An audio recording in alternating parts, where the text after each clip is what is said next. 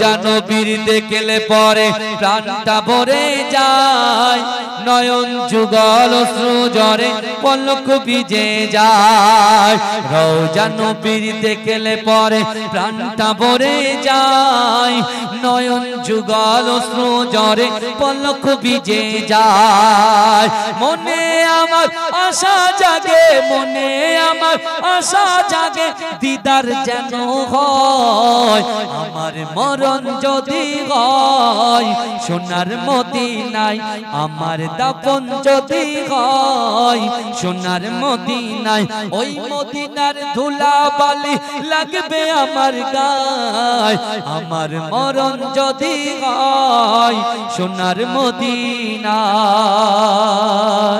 কত হাজি কেঁদে কেঁদে বলে দয়াময় মৌত আমার হয় যেন নবী যে তার কত হাজি কেঁদে কেঁদে বলে দয়াময় মৌত আমার হয় যেন নবী যে তার তার সুপারিশ পেলে পরে তার সুপারিশ পেলে পরে জান্নাত নসিব হয় আমার মরণ যদি হয় সোনার মদিনায় আমার দাফন যদি হয় সোনার মদিনায় ওই মদিনার ধুলা বালি লাগবে আমার গায় আমার মরণ যদি হয় সোনার মদিনায় আমার মরণ যদি হয় সোনার মদিনায় আমার দাফন যদি হয় সোনার মদিনায় ওই মদিনার ধুলা বালি লাগবে আমার গায় আমার মরণ যদি হয় সোনার মদিনায় জোরে হবে না সুবহানাল্লাহ আর চিৎকার দিয়ে বলেন না নারে তাকবীর নারে তাকবীর নারে তাকবীর রওজা নবীর দেখলে পরে প্রাণটা ভরে যায় নয়ন যুগল অশ্রু ঝরে পলক ভিজে যায় রওজা নবীর দেখলে পরে প্রাণটা ভরে যায় নয়ন যুগল অশ্রু ঝরে পলক ভিজে যায় মনে আমার আশা জাগে মনে আমার আশা জাগে দিদার যেন হয় আমার মরণ যদি হয় সোনার মদিনায় আমার দাফন যদি হয় সোনার মদিনায় ওই মদিনার ধুলা বালি লাগবে আমার গায় আমার মরণ যদি হয় সোনার মদিনায় কত হাজি কেঁদে কেঁদে বলে দয়াময় মৌত আমার হয় যেন নবী যে তার কত হাজি কেঁদে কেঁদে বলে দয়াময় মৌত আমার হয় যেন নবী যে তার তার সুপারিশ পেলে পরে তার সুপারিশ পেলে পরে জান্নাত নসিব হয় আমার মরণ যদি হয় সোনার মদিনায় আমার দাফন যদি হয় সোনার মদিনায় ওই মদিনার ধুলা বালি লাগবে আমার গায় আমার মরণ যদি হয় সোনার মদিনায় সোনার মদিনায় গিয়ে চুম্ব নবীর পায় সালাম আমি দেব গিয়ে নবীজির রওজায় সোনার মদিনায় গিয়ে চুম্ব নবীর পায় সালাম আমি দেব গিয়ে নবীজির রওজায় নিরালায় কাঁদব ওই দিন নিরালায় কাঁদব ওই দিন খোদার কাবায় আমার মরণ যদি হয় সোনার মদিনায় আমার দাফন যদি হয় সোনার মদিনায় ওই মদিনার ধুলা বালি লাগবে আমার গায় আমার মরণ যদি হয় সোনার মদিনায় আল্লাহুম্মা এসেছো একা যাবে একা কেউ তো সাথে যাবে না, কবর মাঝে থাকবে একা, সঙ্গী রবে না গো। কবর মাঝে থাকবে একা, সঙ্গী রবে না। কতটা ঠিক না ভুল কথা বলে? এই কথাটা ঠিক বলছি না ভুল বলছি? আজকে আমরা যারা জান্নাতের বাগানে বসেছি, যারা আমাদের থেকে চিরবিদায় দিয়ে কবরে চলে গেছেন, যারা আমাদের ছেড়ে চিরবিদায় নিয়ে কবরে চলে গেছেন, যাদের দাড়িটা পাকা আছে, দেখেন আমার মুরব্বী বাপেরা বসে আছেন, কবর নিয়ে দেখেন তার বাপও নাই মাও নাই, সব কবরে শুয়ে আছে। ও যাবে না, কবর মাঝে থাকবে একা, সঙ্গী রবে না গো। কবর মাঝে থাকবে একা, সঙ্গী রবে না।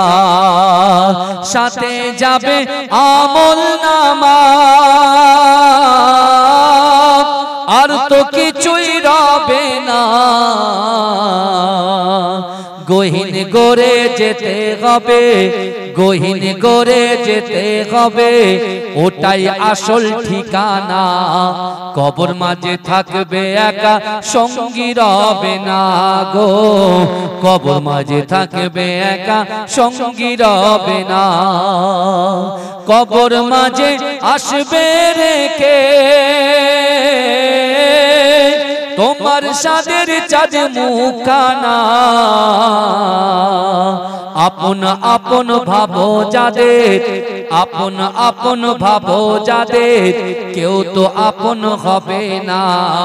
কবর মাঝে থাকবে একা, সঙ্গী রবে না গো। কবর মাঝে থাকবে একা, সঙ্গী রবে না। এসেছো একা যাবে একা, কেউ তো সাথে যাবে না। কবর মাঝে থাকবে একা, সঙ্গী রবে না গো। কবর মাঝে থাকবে একা, সঙ্গী রবে না। করিবে সওয়াল মুনকার নাকির, জবাব যখন পারবে না। মাটি তোমার দেবে পিষে, মাটি তোমার দেবে পিষে, ছাড় যে তুমি পাবে না। কবর মাঝে থাকবে একা, সঙ্গী রবে না গো। কবর মাঝে থাকবে একা, সঙ্গী রবে না। এসেছো একা যাবে একা, কেউ তো সাথে যাবে না। কবর মাঝে থাকবে একা, সঙ্গী রবে না গো। কবর মাঝে থাকবে একা, সঙ্গী রবে না। আল্লাহুম্মা মহব্বতে উচ্চ আওয়াজে জোরে জোরে একবার দেখা দাও যদি ও গো কামলিওয়ালা, হাসি মুখে পরাবো তোমার হাজার ফুলের মালা। বলো ইয়া রাসূলুল্লাহ, ইয়া হাবিবাল্লাহ। সাদা ফুলকে প্রশ্ন করি, রংটি কোথায় পেলে? নবীজির দাঁত মুবারক সাদা ছিল বলে, তাই সাদা ফুলকে তোলে তোলে গেতে রাখলাম মালা। হাসি মুখে পরাবো তোমার হাজার ফুলের মালা। সুযোগ পেলে পরাবো তোমার হাজার ফুলের মালা। বলো বলো ইয়া রাসূলুল্লাহ, ইয়া হাবিবাল্লাহ। আমার ভাইজানেরা, হে নবী পাকের উম্মত উম্মতিরা, হে নবী দিওয়ানারা, বিশ্ব নবী রাসূলুল্লাহ সাল্লাল্লাহু আলাইহি ওয়াসাল্লাম ওই সময় সাহাবাদেরকে বলতে লেগেছে, ও আমার সাহাবারা, মানুষ যখন মৃত্যুবরণ করে তার খাটিয়ার পিছন পিছন তার সন্তানগুলো যায়, তার ভাইগুলো যায়, তার পরিবারগুলো কাঁদতে কাঁদতে কাঁদতে কাঁদতে কবর পর্যন্ত যায়। ও আমার সাহাবারা, শোনো শোনো, মানুষ যখন ইন্তেকাল করে তার পিছন পিছন দ্বিতীয় নম্বর যে জিনিসটা যায়, সেটা গচ্ছিত সম্পদ রেখেছে, অর্থ রেখেছে, সম্পদ রেখেছে, ব্যবসা বাণিজ্য করে যা ইনকাম করেছে, যা ব্যবসা বাণিজ্য করে যত জমিন খরিদ করেছে, তার অর্থ সম্পদ গুলো তার খাটিয়ার পিছন পিছন পিছন পিছন ওই কবর পর্যন্ত যায়। কিন্তু না না না, ওই কবরে যখন নামানো হয়, মিনহা খালাকনাকুম ওয়া ফিহা নুঈদুকুম ওয়া মিনহা নুখরিজুকুম তারাতান উখরা বলে তিন মুঠো মাটি যখন তার বুকে চাপা দেওয়া হয়ে যায়, ওই সময় তার সন্তান, তার ভাই, তার আত্মীয় পরিজন সকলে কবর ছেড়ে বেরিয়ে যায়। ও মা সাহাবারা, শোনো শোনো, ওই কবর ছেড়ে 40 কদম দূরে যখন তার সন্তানটা, তার ভাই, তার বন্ধু, তার বাড়ির গোত্রের লোকেরা যখন ওই কবর ছেড়ে 40 কদম দূরে চলে যায়, ওই কবরওয়ালা তাদের পায়ের আওয়াজ শুনে বুঝতে পারে যে আমার সোনা মানিকটা যাচ্ছে। ও যুবকেরা, যে সন্তানের জন্য আপনি ইনকাম করেছেন, অর্থ খরচা করেছেন, সম্পত্তি ক্রয় করেছেন, যে সন্তানের জন্য আপনি সময় দিয়েছেন 24 ঘন্টা, কিন্তু না না না না না, আপনার কবরে শুইয়ে দিয়ে অন্ধকার ঘর, সাপ বিচ্ছুর ঘর, পোকামাকড়ের ঘরে আপনার সন্তানকে ফেলে রেখে, আপনাকে ফেলে রেখে আপনার সন্তান কবর ছেড়ে চলে আসবে। যে সম্পত্তিগুলো গচ্ছিত করেছেন, ওই সম্পত্তিগুলো আপনার কবর ছেড়ে চলে আসবে। ও যুবকেরা, বিশ্বাস করেন, আল্লাহ রাসূল সাহাবাদেরকে বলেছিলেন, ও আমার সাহাবারা, দুনিয়ার জমিনে যারা ইবাদত বন্দেগী করবে, হুকুকুল্লাহ, আল্লাহর হক, হুকুকুল ইবাদ, বান্দার হক পুঙ্খানুপুঙ্খভাবে আদায় করবে, যারা কবরে আমল নিয়ে যাবে, ওই আমলটুকু যখন তোমার ভাই বোন কাজে লাগবে না, সন্তান কাজে আসবে না, বন্ধু বান্ধবী কাজে আসবে না, অর্থ সম্পদ কাজে আসবে না, আমি রাসূলুল্লাহ জানিয়ে দিলাম, যার আমল থাকবে ওই আমলটা তার জন্য ঢাল স্বরূপ দাঁড়িয়ে যাবে। এজন্য বলবেন না সুবহানাল্লাহ। ওই আমলটাই তার জন্য কি হবে? কাজে আসবে। যে আমলদার হবে, আমি রাসূলুল্লাহ তার সঙ্গে গিয়ে আগে সাক্ষাৎ করব। জোরে বলেন, এজন্য বলবেন না, চিৎকার দিয়ে হবে না সুবহানাল্লাহ।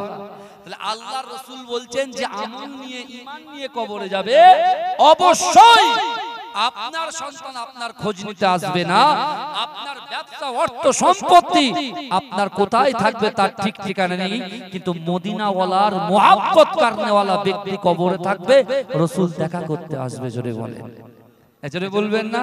কিন্তু জুলাইবিবকে আল্লাহ রাসূল বলছেন বিবাহ আমি দেব। বোঝা যাচ্ছে কথা? বিবাহ আমি দেব।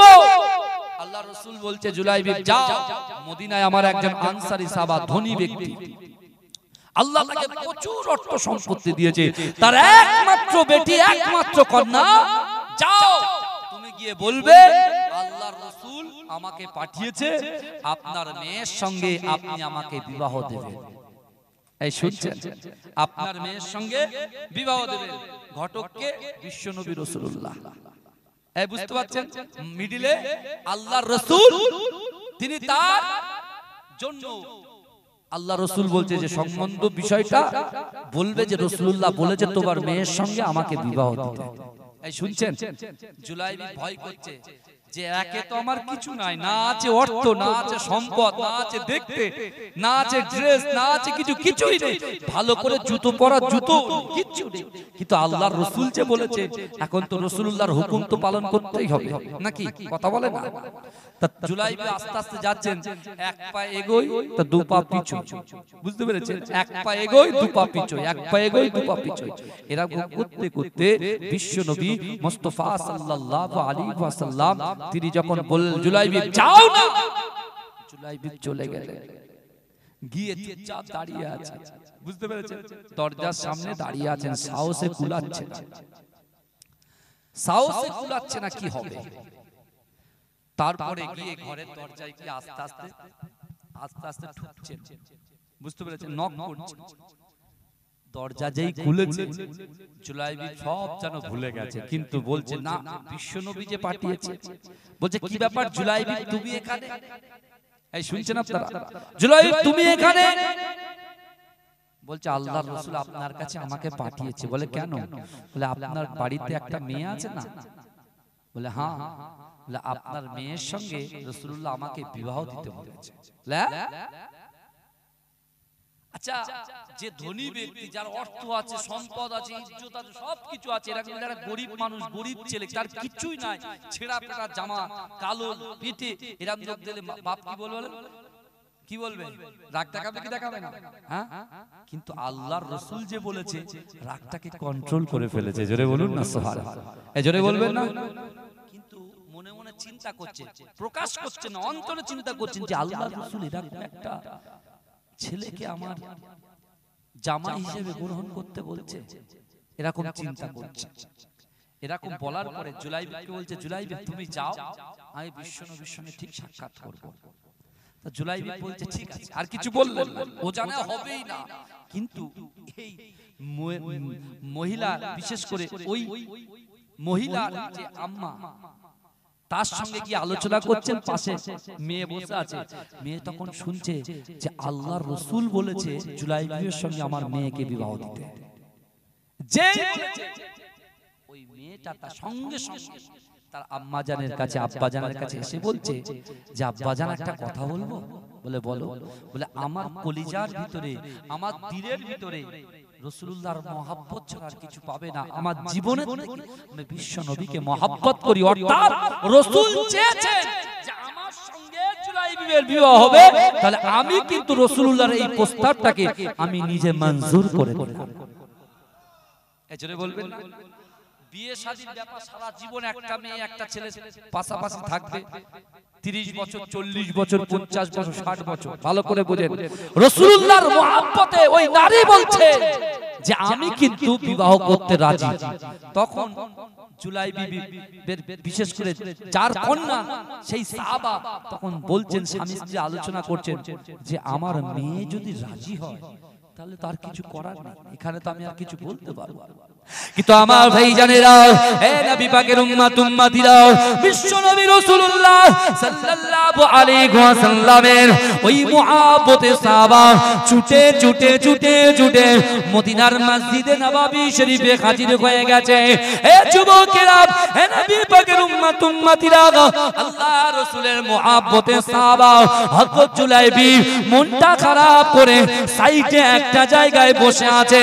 কিন্তু না না না, ওই কন্যার পিতা আল্লাহ রাসূলের সাহাবা আল্লাহর রাসূলের কাছে আল্লাহর রাসূলের হাতটা ধরে অজন্যে চচ্চর করে কাঁদতে কাঁদতে আল্লাহর রাসূলকে বললেন, ইয়া রাসূলুল্লাহ, হাবিবাল্লাহ, আপনি আমাকে ক্ষমা করে দেন।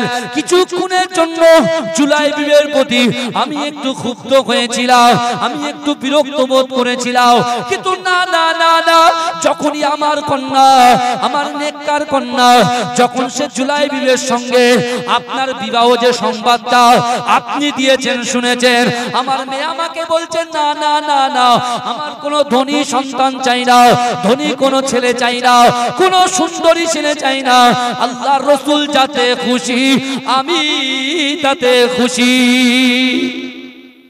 বলুন না, বলি ইয়া রাসূলুল্লাহ, আপনি প্রস্তুতি শুরু করে দেন। জুলাইবির সঙ্গে আমার সুন্দরী মেয়ে, মদিনা শরীফে আমার মতো সুন্দরী মেয়ে একটাও নাই, ওই জুলাইবির সঙ্গে আমি বিয়ে দিতে প্রস্তুত। চলে বলে আল্লাহ রাসূল সাল্লাল্লাহু আলাইহি ওয়াসাল্লাম মুচকে হাসি দিয়ে বিশ্ব নবী রাসূলুল্লাহ সাল্লাল্লাহু আলাইহি ওয়াসাল্লাম আস্তে আস্তে জুলাইবিবের কাছে গিয়ে বলছেন, বাবা জুলাইবিব, যাও যাও যাও বাবা, তুমি খুশি হয়ে যাও, তুমি রাজি হয়ে যাও। তোমার অর্থ নাই বলেছিলে, সম্পদ নাই বলেছিলে, দেখতে খারাপ বলেছিলে, পেটে বলেছিলে, তুমি কত মন্তব্য করেছিলে, কিন্তু আমি রাসূলুল্লাহ জানিয়ে দিলাম, দুনিয়ার এক প্রান্ত থেকে অপর প্রান্ত পর্যন্ত, ডান দিক থেকে বাঁ দিক, সামনে থেকে পিছনে, আমার যত গুনাহগার উম্মত উম্মতিরা আছে, তাদের কলিজার ভিতরে যদি রাসূলুল্লাহর মহব্বত থাকে, তাদের কলিজার ভিতরে যদি আল্লাহর ভয় থাকে, আমি রাসূলুল্লাহ জানিয়ে দিলাম, আমার ওই সকল উম্মত উম্মতিদের দ্বারা যেটা অসম্ভব, ওই অসম্ভব গুলোকে আমার আল্লাহ পাক সম্ভব করে দেয়। জোরে বলুন না সুবহানাল্লাহ। আরে জোরে হবে না, নার দেখবে। আল্লাহ রাসূল বলতে, যাও, আমার সে আনসারী সাহাবা, তার যে সুন্দরী নারীর সঙ্গে তোমার বিবাহের প্রস্তাবটা দিয়েছিলাম, সে মঞ্জুর করে নিয়েছে। জুলাইবিব খুশিতে বাগে বাগ হয়ে গেছে। যদি বলে, এই আল্লাহর রাসূল উসমান গনির কাছে পাঠিয়েছে, যাও জুলাইবিবকে কিছু দান করো, কিছু দিয়ে দাও, তার বিয়ের জন্য সে প্রস্তুতি নিক। জোরে বলবেন না। ও আমার সোনা মানিকেরা, এ যুবকেরা, একটু ভালো করে বোঝার চেষ্টা করে। বর্তমান সময়ে ইউপিতে একটা ঘটনা ঘটেছে, যা ঘটনা ঘটেছে ওই এত ভাইরাল হয়েছে, সারা বিশ্বের জমিনে যত মুসলমানের ঘরের ছেলেরা আছে, যাদের কলিজার ভিতরে আল্লাহর ভয় আছে, যাদের কলিজার ভিতরে কিঞ্চিত পরিমাণে রাসূলুল্লাহর মহব্বত আছে, তারা যখন এই ঘটনাটা যখন শুনেছে, তারা আর কেউ থাকতে পারলেন না। সকলে রাস্তায় বেরিয়ে এক বাক্যে সকলে বলতে শুরু করেছে, আই লাভ মুহাম্মদ মুস্তাফা সাল্লাল্লাহু আলাইহি ওয়াসাল্লাম। সবাই বলছে কি বলছে? কথা বলে না। হ্যাঁ, কানপুরে ঘটনা ঘটেছে, আর সেই ঘটনা চলে এসেছে দেওয়াঙ্গা। কানপুরে ঘটনা ঘটেছে, সেই হাওয়া চলে এসেছে খড়িবাড়ি। কানপুরে ঘটনা ঘটেছে, সেই হাওয়া চলে এসেছে কোথায়? চ্যাংড়ানায়। কানপুরে ঘটনা ঘটেছে এক জায়গায়, একটা জায়গায় ঘটনা ঘটেছে, অল ওভার কান্ট্রিতে যত মুসলমান আছে তাদের কলিজায় আঘাত লেগেছে। কারণ একদিকে ওয়াকাফ নিয়ে তার টাকা চলছেই চলছে, তার উপরে যে রাসূল আমাদের ঈমান, যে রাসূল আমাদের বিশ্বাস, যে রাসূল আমাদের আকীদা, সেই রাসূলুল্লাহর সামনে বিয়াদবি করেছে। এই বুঝতে পারছেন? সেই রাসূলুল্লাহর শানে বিয়াদবি করেছে।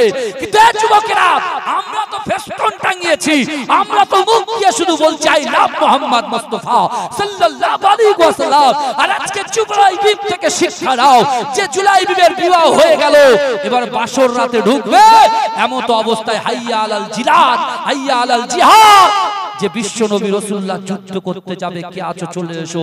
সর্বপ্রথমে জুলাইবিব তার স্ত্রীকে বলছো, আমার স্ত্রী রে, আমি আর থাকতে পারবো না তোমার কাছে, আজকে সোয়াগত আমি করতে পারবো না, কারণ আমার কলিজার ভিতরে, আমার জীবনের থেকে, তোমার থেকে আমার রাসূলুল্লাহর প্রাধান্যটা আমার অন্তরে বেশি। জোরে বলবো, আমার রাসূল একা যুদ্ধে যাবে, আমি সহ্য করব না, তুমি আমাকে বিদায় দাও, তুমি আমাকে বিদায় দাও। এ যুবকেরা চিন্তা করো, আপনি চিন্তা করুন, নতুন বিবাহ হয়েছে, সবেমাত্র বিবাহ হয়েছে, জীবনে স্বামী স্ত্রী এক জায়গায় থাকবে, প্রথম রাত আল্লাহর রাসূলের শান মান ইজ্জত নিয়ে যখনই ঘোষণা এসেছে জিহাদে যাবে, জুলাইবিব আগে প্রস্তুত। জুলাইবিব স্ত্রীকে বলছো, আমার স্ত্রীকে বিশ্বাস করো, রাসূল হচ্ছেন আমার ঈমান, আমি থাকতে পারবো না, আমি যুদ্ধ থেকে ফিরে আসি, এরকম অনেক সময় তোমার সঙ্গে আমি কাটাবো, কিন্তু এখন তুমি আমাকে আল্লাহর রাস্তায় বিদায় দাও। যদি তোমার সঙ্গে সাক্ষাৎ না হয়, আমার আল্লাহ অবশ্যই জান্নাতের ভিতরে তোমার সাথে আমাদের রাত কাটানোর ক্ষমতা আল্লাহ দেবে। জোরে বলুন, জোরে বলা যাবে না।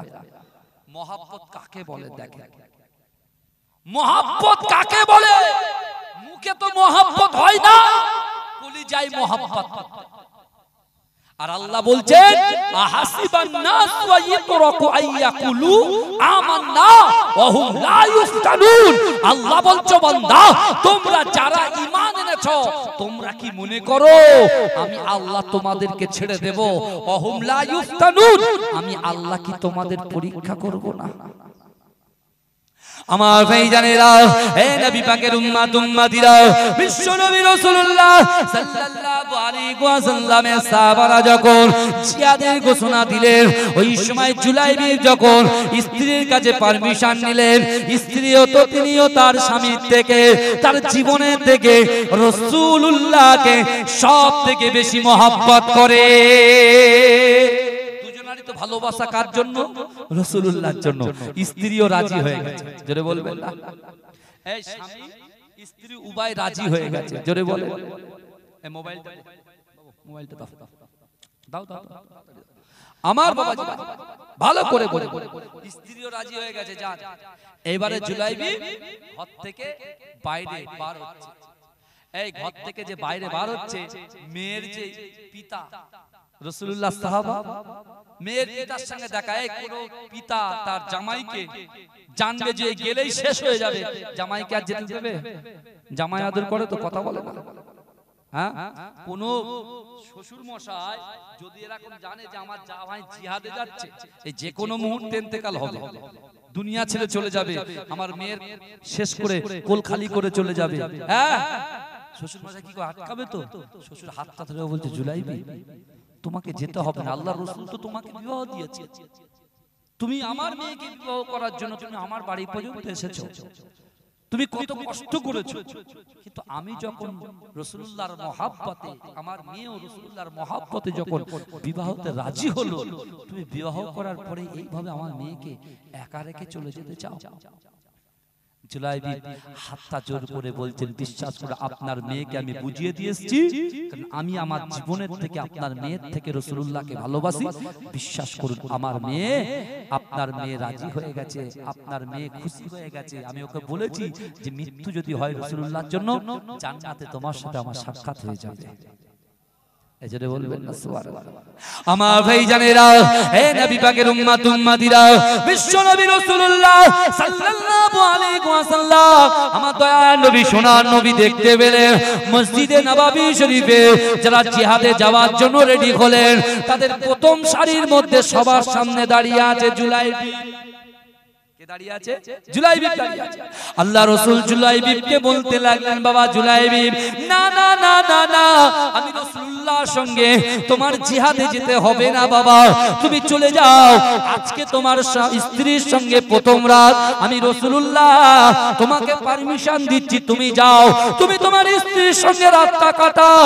জুলাইবি কাঁদতে কাঁদতে বলছে, ইয়া রাসূলুল্লাহ, ইয়া হাবিবাল্লাহ, হুজুর, যেদিন মসজিদে নববী শরীফে আপনার পিছনে নামাজ আদায় করেছি, সেদিন থেকে আল্লাহর কাছে আমি দোয়া চেয়েছিলাম, আল্লাহ পাক, না না না না না, আমি রাসূলুল্লাহকে এত মহব্বত করি, আমি রাসূলুল্লাহকে এত ভালোবাসি, যেন কোন জিহাদ যখন হবে, আমি জুলাইবি আল্লাহর রাসূলের মহব্বতে ইসলামের ঝান্ডা উত্তোলন করার জন্য, কোরআনটাকে বন্টন করার জন্য আমি জুলাইবি নিজের জান দিতে প্রস্তুত হয়ে যাব।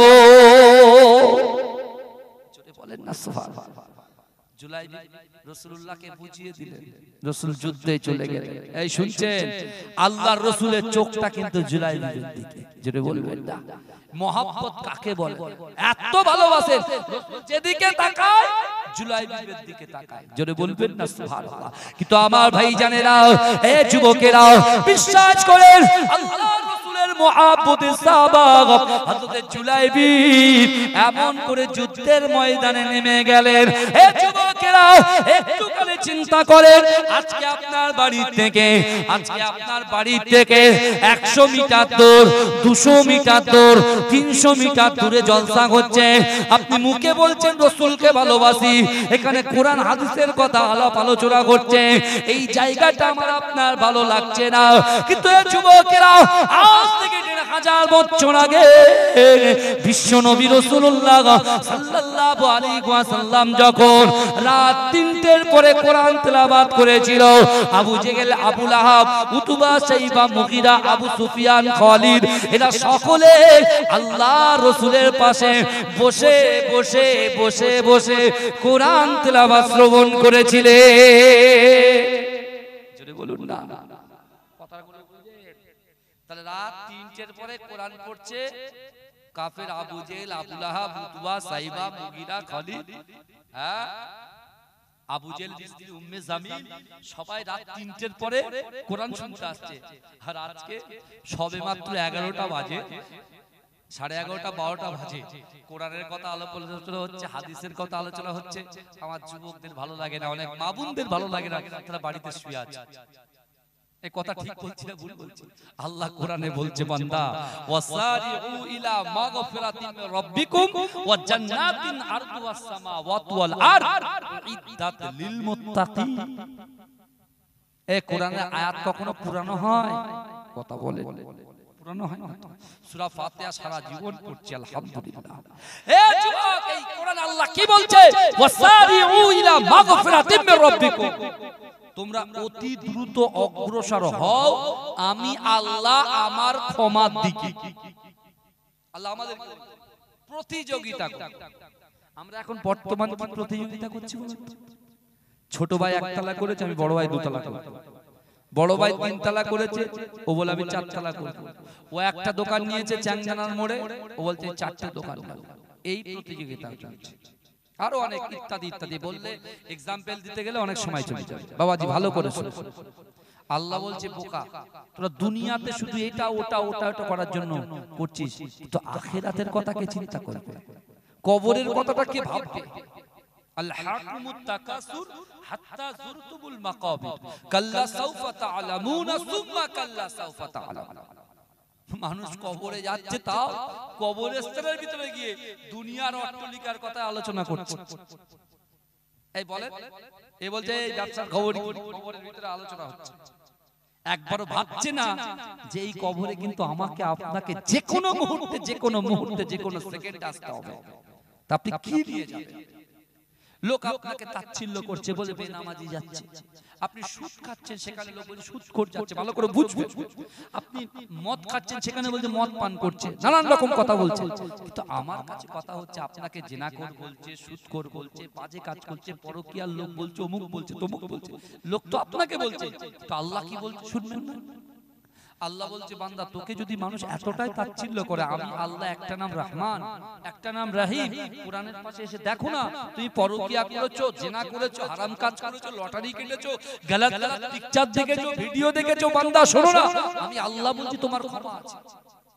মানুষ তোমাকে ক্ষমা না করতে পারে, তা আমি আল্লাহ তোমাকে সৃষ্টি করেছি, আমি বলছি ক্ষমা আছে। কি আল্লাহ বলছে? কোরআন খোলো, কোরআনে আল্লাহ বলছেন ইয়া আইয়ুহাল্লাযীনা আমানু তুবু ইলাল্লাহি তাওবাতান নাসুহা। আল্লাহ বলছেন হে আমার বিশ্বাসী ইমানদার বান্দারা, তুবু ইলাল্লাহি তাওবাতান নাসুহা, তোমরা তওবার মতো তওবা করো, আমি আল্লাহ তোমাদের পিছনে সগীরা কবিরা ছোট বড় যত গুনাহ করেছো আমি আল্লাহ maaf করে দেব। জোরে বলে কি তওবাটা কেমন হতে হবে? তওবার মতো হতে হবে। আজকে ইচ্ছা হলো জেনা ছাড়লাম, আবার এক সপ্তাহ পরে নেশা লাগলো, আবার চালিয়ে দিলাম, ও চলবে না। আল্লাহ কোরআনে বলছেন ইন্নাল্লাহা লা ইগাইয়িরু মা বিকাউমিন হাত্তা ইগাইয়িরু মা বিআনফুসিহিম। আল্লাহ বলছো বান্দা, যে জাত যে কওম নিজে পরিবর্তন হবার চেষ্টা করে না, ওই জাতি ওই কওমকে কখনোর জন্য পরিবর্তন ঘটায় না। এই শুনছেন আপনারা? শুনছেন আপনারা? আগে নিজেদেরকে পরিবর্তন হতে হবে। এই বিশ্বনবী রাসূলুল্লাহ সাল্লাল্লাহু আলাইহি ওয়াসাল্লামের দরবারে একজন ইহুদি মুরব্বি এসেছেন। কে এসেছেন? একজন ইহুদি। সে এসে রাসূলুল্লাহর দরবারে এসে, রাসূল সবে সবে মক্কা ছেড়ে মদিনায় এসেছে, আর সে এসে বলছে মুহাম্মদকে মুহাম্মদকে মুহাম্মদকে। ভাই আমরা যখন মুহাম্মদ বলি কি বলি বলেন? সাল্লাল্লাহু আলাইহি ওয়াসাল্লাম বলি, তাই না? তা সে এসে যখন এরকম বলছে, আল্লাহর রাসূলের গরম সাহাবা, একটা নরম সাহাবা যার নাম হযরত আবু বকর সিদ্দিক রাদিয়াল্লাহু তাআলা আনহু, আর একটা গরম সাহাবা যার নাম বলেন কে? হযরতে ওমর ফারুক রাদিয়াল্লাহু তাআলা আনহু। বুঝতে পেরেছেন? একটা নরম একটা গরম। তো যখন আল্লাহর রাসূলের কাছে এসে বারবার বলছে এ মুহাম্মদকে মুহাম্মদকে মুহাম্মদকে, তখন হযরতে ওমর হুজুর তিনি এত গুস্সা হয়ে গেছেন, এখন রাগান্বিত হয়ে গেছে, সে তরোয়ালটা খুলে তার গলাটা আলাদা করার জন্য যেই গেছে, রাসূল বলছে ওমর ইন্নাল্লাহা মা সাবিরিন, তুমি সবর করো, ধৈর্য ধরো, আল্লাহ আমাদের সাথে আছে। জোরে বলেন। আর আল্লাহ পাক তোমার দয়ার নবীকে ওমা আরসালনাকা ইল্লা রাহমাতাল লিল আলামিন করে পাঠিয়েছেন। রাসূল মার খেয়েছেন, কখনো কাউকে মারেননি, জোরে বলে। এই ব্যবহারে একে একে মানুষ কলেমা পড়ে সব মুসলমান হয়েছে, জোরে বলুন। কিন্তু বিশ্বাস করে আল্লাহ রাসূল যখন ওমর হুজুরকে বললেন সবর করতে, ওমর হুজুর তরবারিটা তার খাপের মধ্যে ঢোকালেন। কিন্তু আল্লাহ রাসূল ওই বৃদ্ধাকে বলছেন কি হয়েছে, আপনি মোহাম্মদ মোহাম্মদ করছেন, কি হয়েছে? বলে শোনে, আমি এসেছি আপনার কাছে, কিন্তু হ্যাঁ আমি আপনার কাছে কোরআন শিখতে আসি, আমি আপনার কাছে আপনার হাতে হাত দিয়ে ঈমান আনতে আসিনি, আমি আপনার কলেমা পড়তে আসিনি, কিন্তু আমার ইয়াকিন, আমার বিশ্বাস, আমার আশা যে আপনার দরবার থেকে কেউ কখনো খালি হাতে ফেরে না। জোরে বলে। কে বলছে? একজন ইহুদি বলছে। সে রাসূলুল্লাহকে মান্যতা দিচ্ছেন না, আল্লাহর নবী বলে মানছেন না, আল্লাহর প্রেরিত পুরুষ বান্দা বলে মানছেন না, রাসূলুল্লাহ নবী বলে মানছেন না, কলেমা পড়ছেন না, কোরআন শুনবে না, কিন্তু তার মনের ভিতরে একটা ইয়াকিন বিশ্বাস আছে যে মুহাম্মদ সাল্লাল্লাহু আলাইহি ওয়াসাল্লামের দরবার থেকে কেউ কখনো খালি হাতে ফেরে না। আর আজকে আমরা মুসলমান, আজকে আমরা ঈমান এনেছি, আমরা পড়েছি লা ইলাহা ইল্লাল্লাহু মুহাম্মাদুর রাসূলুল্লাহ। আমরাও আজকে কিন্তু এই চাংদানা গ্রামে মসজিদ উন্নতি কল্পে, মক্তব উন্নতি কল্পে যে জলসা বিশ্ব নবী দিবস উপলক্ষে হচ্ছে, এখান থেকে আমরাও কেউ খালি হাতে ফিরব না। নিয়ত কারা কারা রাসূলুল্লাহকে ভালোবাসেন একটু হাত তোলেন তো। সবাইকে বলছি বাবা, রাসূলুল্লাহর মহব্বত, এটা তাকবীর দান নারে তাকবীর। গলার ভয়েসটা একটু এই সামিয়ানা থেকে ওই পারে যাওয়ার দরকার আছে না নাই? কথা বলেন। হ্যাঁ, তাকবীর দান নারে তাকবীর। বাবাজি, আমি যদি এইভাবে হাত তুলি, আপনারা জোরে সুবহানাল্লাহ বলবেন? আমি হাত তুলবো, আপনারা সকলের হাত তুলতে হবে, ঘুমটাও ছাড়বে, আল্লাহও দেখবে, খুশি হবে। এই বুঝতে পারছেন না? আল্লাহ বলছেন নাহনু আকরাবু ইলাইহি মিন হাবলিল ওয়ারিদ। আল্লাহ